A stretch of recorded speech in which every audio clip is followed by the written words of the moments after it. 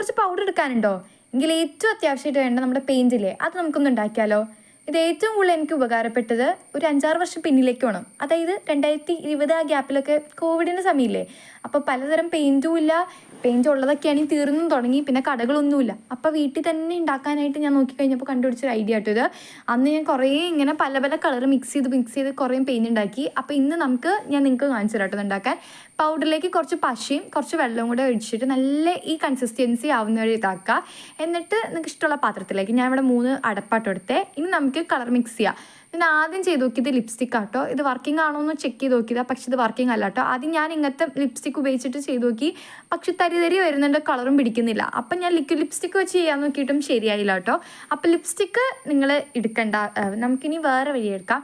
അന്ന് നമുക്കിപ്പോൾ നിങ്ങൾക്ക് എന്ത് കളറാണ് വേണ്ടേ അത് വെച്ചിട്ടുള്ള സാധനം എടുക്കാം. നമ്മുടെ ഏറ്റവും എല്ലാ വീട്ടിലുള്ളൊരു സാധനമാണ് ഉജാല എടുത്തു കഴിഞ്ഞാൽ നമുക്ക് സൂപ്പറായിട്ട് പർപ്പിൾ കളർ എടുക്കാം കേട്ടോ.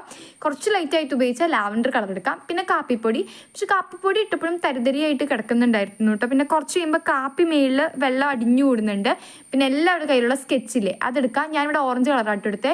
അപ്പോൾ വീഡിയോ ഇഷ്ടപ്പെട്ട് കഴിഞ്ഞാൽ ചാനൽ എന്തായാലും സബ്സ്ക്രൈബ് ചെയ്യാൻ മറക്കരുത് കേട്ടോ. പിന്നെ ഞാനുണ്ടല്ലോ നമ്മുടെ ഈ വേറെ പെയിൻറ്റ് ഇല്ലേ, ഫെബ്രിക് പെയിൻറ്റ് ഇപ്പോൾ കയ്യിലുണ്ടെങ്കിൽ അത് ഒഴിച്ചു നോക്കി. ബ്ലാക്ക് ഒഴിച്ചു കൊടുത്തപ്പോൾ ഗ്രേ കിട്ടിട്ടോ.